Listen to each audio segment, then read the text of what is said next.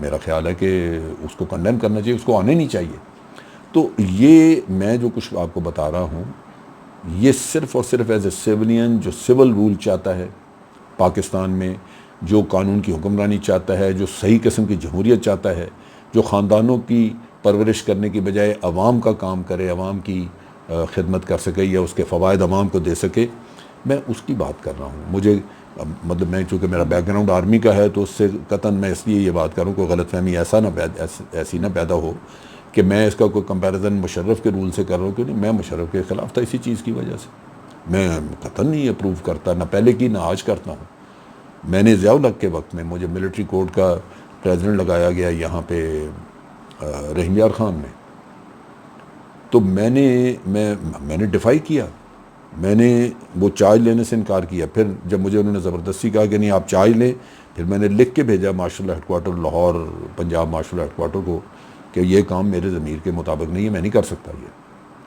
سو مجھے انہوں نے کہا جی کہ اس کا فیصلہ ہم کریں گے، جب تک ہم فیصلہ نہیں کرتے آپ کام کریں. نتیجہ یہ کہ وہ کوئی 15-20 دن کے بعد فیصلہ آ گیا اور مجھے ہٹا دیا. انہوں نے کہا جی ٹھیک ہے اگر آپ نہیں کر سکتے تو اللہ کا شکر ہے میرا کبھی کوئی نقصان نہیں ان چیزوں پہ ہوا، لیکن میں کام اپنی ضمیر کے مطابق کرتا ہوں. اور آج بھی میں جب یہ تنقید کر رہا ہوں تو اس میں میرے ذہن میں قطعاً کسی ملٹری رولر کا کوئی اس میں عمل دخل نہیں ہے. اب آپ بات کیجئے جو سر یہ جو اتنے سارے چل پڑے ہیں شریف خاندان کے خلاف اور ڈیل کی افواہیں بھی چل رہی ہیں، آپ دیکھ رہے ہیں کہ نواز شریف کا مستقبل یا مائنس نواز شریف؟ دیکھیں یہ بڑی بدقسمتی ہے اگر مائنس والا قصہ ہو یا پلس والا قصہ ہو. ہمیں ان چیزوں سے باہر آنا چاہیے اور ایک ہی دفعہ ڈٹرمنیشن کے ساتھ ہمیں باہر نکل آنا چاہیے. کمپرومائزز نے کوئی اچھا نہیں ہمارے ملک کے لیے کیا. نواز شریف یا اس کے ساتھ اگر 8-10 اور بھی جاتے ہیں، اگر واقعی انصاف کی روح سے وہ کسی چیز کے ذمہ دار ہیں تو سب کو جانا چاہیے. یہ نہیں کہ میرے ذہن میں ہو کہ چونکہ میں نواز شریف سے خوش نہیں لہذا مجھے اسی کو نکالنا ہے. یہ زیادتی ہوگی ملک کے ساتھ، یہ نہیں کرنا چاہیے. مجھے پتہ ہے کہ ان کی فیملی میں کرپشن بہت ہے.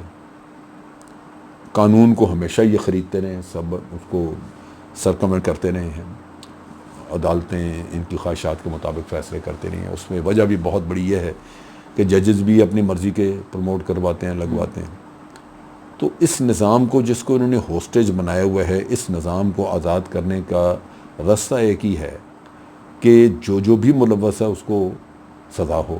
اگر آپ کسی مصلحت کے تحت کوئی اپنا نیا قصہ کھول کے بیٹھ جائیں کہ جی اس کو نہیں ہونا چاہیے، اس کو نکال دو باقی ٹھیک ہے، وہ ٹھیک نہیں ہوگا. یہ نہیں کرنا چاہیے. اگر یہ درست ہیں چیزیں جو ہمیں روزانہ بتائی جاتی ہیں کہ جناب اتنے اکاؤنٹ، اتنے ٹی ٹی باہر گئے، اتنا پیسہ باہر بھیجا، اتنا پیسہ آیا، تو پھر مسئلہ کیا ہے بھائی؟ پھر پکڑو، سزائیں دو.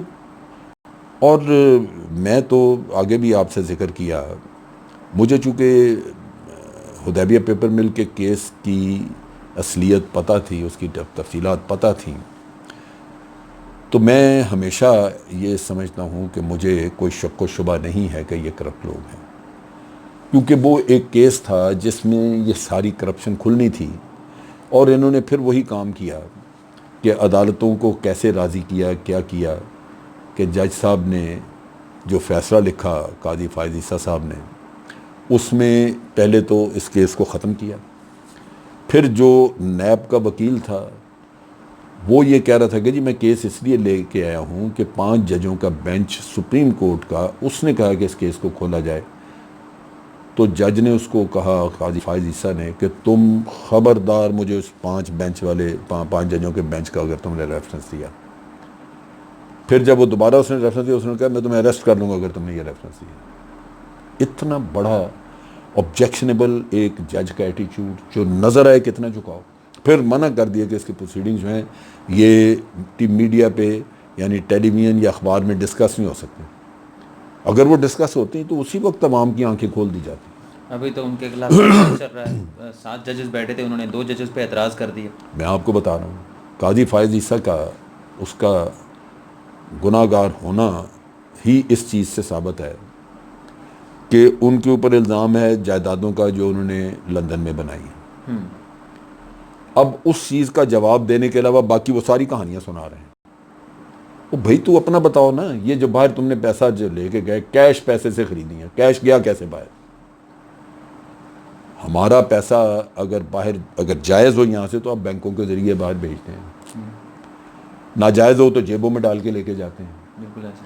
اب قاضی صاحب نے وہاں پہ کیش پہ خریدی ہیں, یعنی اس میں کوئی بینک کی چینل کو استعمال نہیں ہوئی, اور وہ پیسہ کہیں ڈکلیئرڈ بھی نہیں ہے کہ جناب آپ نے یہ پیسہ یہاں سے کمایا, یہ ٹیکس دیا. جائیدادیں ڈکلیئرڈ نہیں ہیں,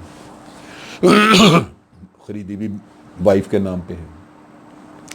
ان حالات میں ایک آنریبل آدمی کے لیے جس نے پھر جج بن کے ہی فیصلہ دینا ہو, اس کے لیے تو یہ اتنا ضروری, اس کے لیے زندگی موت کا مسئلہ ہونا چاہیے کہ وہ آپ کو سامنے رکھ دے کہ جناب میرا یہ حساب ہے, ایک ایک پائی میری حلال کی ہے, یہ سورسز ہیں, اور پھر مجھے کسی کو اس سے انصاف لینے میں خوشی ہوگی کیونکہ ہم سمجھیں گے کہ یہ ایک ایماندار آدمی ہے.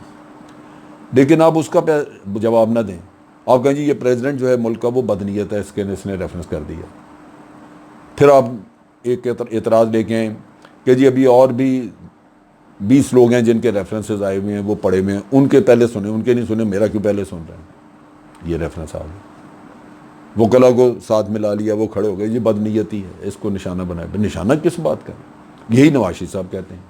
یعنی دکھ کی بات یہ ہے کہ جو جائیدادیں ہیں ان کا سورس کوئی نہیں بتانا کہ اربوں روپیہ ہے, یہ کہاں سے آیا, بھی کیسے آیا, لیکن اس کا جواب دینے کی بجائے آپ اور ساری کہانیاں جتنی مرضی سنا دیں, ملک کو بیوقوف بنا دیں, لوگوں کو کسی اور طرف ان کی توجہ کروا دیں, چکر چڑھا دیں, یہ جو جی چاہے آپ کرتے رہیں. لیکن حقیقت یہ ہے کہ بھائی آپ نے اپنی منی ٹریل نہیں دی, اور قاضی فائزی صاحب بھی یہی کام کر رہے ہیں کہ وہ, اور یہ میں آپ کو بتا دوں صرف وہ نہیں ہیں, دیر آر فیو ججز جو پولیٹیسائزڈ بھی ہیں, جو ذہنی طور پہ, مثال کے طور پہ اگر ان کو میاں نواز شریف صاحب نے اپوائنٹ کیا ہوا تھا یا ان کے لیے کچھ کام کیا ہوا تھا, وہ obliged ہیں. وہ اسی طرح obliged ہیں جیسے طارق بٹ نام تھا اس کا, یہ جو ناصر بٹ 3 قتل کیے اس نے, ایک پہ سزائے موت ہے, 3 پہ تو پتہ نہیں کیا ہوتا.